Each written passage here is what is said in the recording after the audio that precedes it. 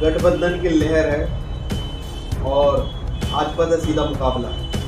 आपको क्या लगता है कि गठबंधन कितनी सीट लेकर जाएगा उत्तर प्रदेश? देखिए, आप पत्रकार हैं, ठीक है, आपसे कुछ छुपा नहीं है प्रदेश की क्या हालत है पिछले 5 सालों से।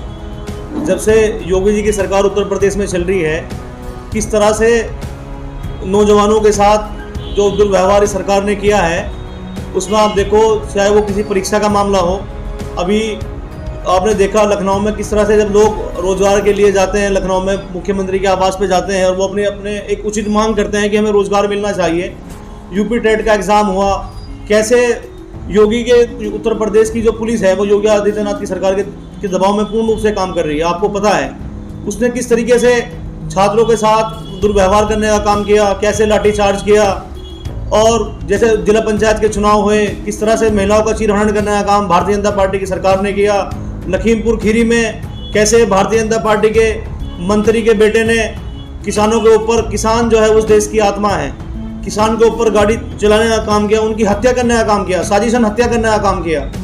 ऐसे ही नोएडा में जैसे माननीय ये भारतीय किसान यूनियन के राष्ट्रीय प्रवक्ता आदरणीय राकेश टिकैत जी धरने पर बैठे थे, कैसे जाकर के भारतीय जनता पार्टी के लोगों ने उनको धमकी दी कि अपना धरना खत्म करो। मतलब जो जनता जनार्दन है वो उत्तर प्रदेश की सरकार जो चल रही थी 5 साल तक, जिसका अभी 17 से 22 तक के चलिए सबने देखा है। इस समय उत्तर प्रदेश की जनता पूरा मन बना करके बैठी है किस तरह से उत्तर प्रदेश में जो तानाशाही सरकार चल रही है इनको गद्दी से उठाना है, इन्हें खदेड़ना है। इस बार उत्तर प्रदेश के अंदर खदेड़ा होने जा रहा है। जैसे वो पश्चिम बंगाल में खेला हुआ था, ऐसा ही यहाँ पे खदेड़ा होगा।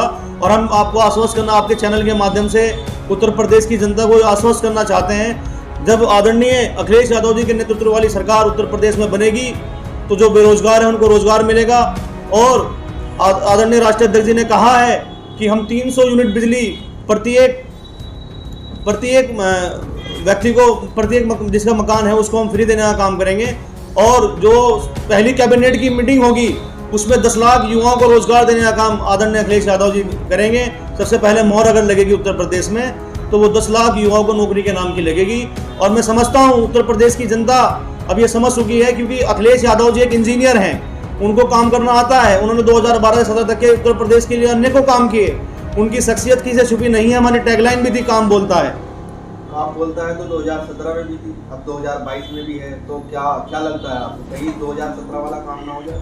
नहीं, 2017 वाला काम इसलिए नहीं होने का क्योंकि 2013 में दुर्भाग्यवश जिस जनपद से मैं बिलोंग करता हूँ, मुजफ्फरनगर से, यहाँ भारतीय जनता पार्टी के लोगों ने सांप्रदायिक दंगे कराने का काम किया था।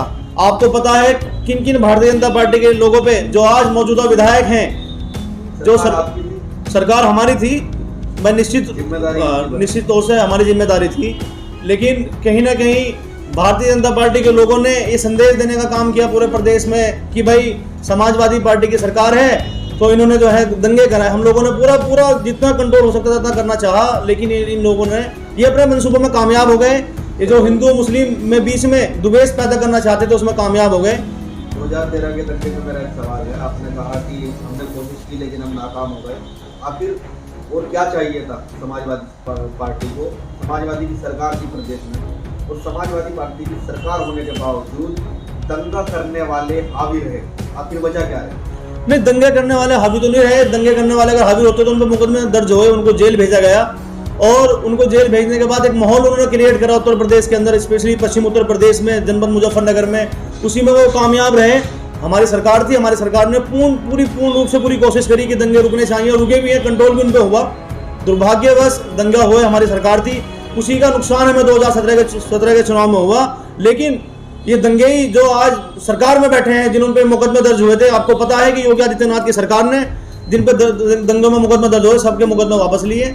और उत्तर प्रदेश की जनता समझ चुकी है ये भारतीय जनता पार्टी के लोग सिर्फ और सिर्फ हिंदू मुस्लिम में खटास पैदा कर करके सत्ता पे काबिज होना चाहते हैं। उत्तर प्रदेश की जनता तैयार बैठी है, इनको जवाब देगी, 17 का बदला भी लेगी। और 22 में तो आदरणीय अखिलेश यादव जी के नेतृत्व में उत्तर प्रदेश में 400 सीट के साथ में उत्तर प्रदेश समाजवादियों की सरकार बनने जा रही है। आपने कहा कि पश्चिम बंगाल में खदेड़ा हुआ, बिहार में क्या हुआ? बिहार में क्या हुआ? बिहार में तो बहुत शानदार तरीके से चुनाव लड़ा गया, लेकिन दुर्भाग्यवश एक हमारे ओवैसी जी हैं, हैदराबाद वाले सांसद हैं, उन्होंने क्या किया कि उन्होंने जाके के एक मुस्लिम वोटों में सेंध लगाने का काम किया, सांप्रदायिक रंग देने का काम किया वहाँ चुनाव में। करने जा रहे हैं तो फिर क्या क्या कहोगे इस पर? क्या करने जा रहे हैं? वही काम यूपी में होने जा रहा है। नहीं, यूपी मैंने कहा ना, देखो सुनो, पहले वो बिहार में गए, बिहार में उन्होंने कहीं ना कहीं जो गठबंधन था उसको नुकसान पहुंचाने का काम किया, और नुकसान उससे हुआ, आपको पता है कि वो उनसे नुकसान हुआ। फिर वो पश्चिम बंगाल में गए,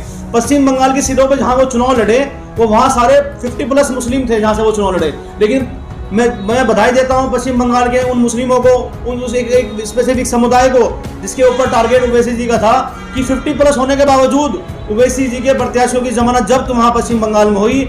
उससे बहुत इबरत हासिल की उत्तर प्रदेश के लोगों ने, और ओवैसी जी का हाल पश्चिम बंगाल से बुरा अगर होगा तो वो उत्तर प्रदेश में होगा आपकी बात। तो उत्तर प्रदेश अगर गठबंधन चुनाव हारता है तो क्या इल्जाम ओवैसी पर लगेगा? नहीं, गठबंधन, पहली बात तो मैं आपको दुरुस्त कर दूं, गठबंधन चुनाव नहीं हारा, गठबंधन की सरकार बनने जा रही है। ओवैसी जी पे इल्जाम नहीं लगेगा, क्योंकि हमें पता है कि ओवैसी जी के